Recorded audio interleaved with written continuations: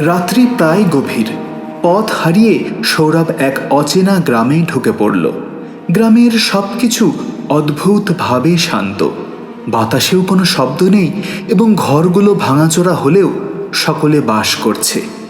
গ্রামের এক বৃদ্ধ তাকে খেতে দিল এবং ঘুমানোর জন্য ঘরও দিল। সৌরভ ভেবেছিল কমপক্ষে রাতটা শান্তভাবে কাটবে, কিন্তু রাতের অন্ধকারে হঠাৎ শোনা গেল ফিস ফিস আওয়াজ। জানালার বাইরে কিছু মানুষ দাঁড়িয়ে, মুখ ফ্যাকাশে, চোখ খালি, ঠোঁট শুকনো। সৌরভ চমকে গিয়ে দরজা বন্ধ করল, কিন্তু বাইরে তাদের সংখ্যা ক্রমশ বেড়েই চলল। তারা নীরবভাবে তাকিয়ে আছে, ধীরে ধীরে ঘরের ভেতর আসতে চাইছে। সৌরভের হৃৎপিণ্ড থমকে গেছে।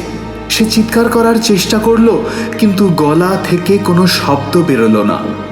হঠাৎ সে বুঝতে পারল গ্রামের সব মানুষ আসলে বেঁচে নেই। তারা জম্বির মতো, শুধু সে একাই জীবিত। তারপর সে জানালার দিকে তাকালো। পুরো গ্রাম তার দিকে তাকিয়ে আছে নিঃশব্দে।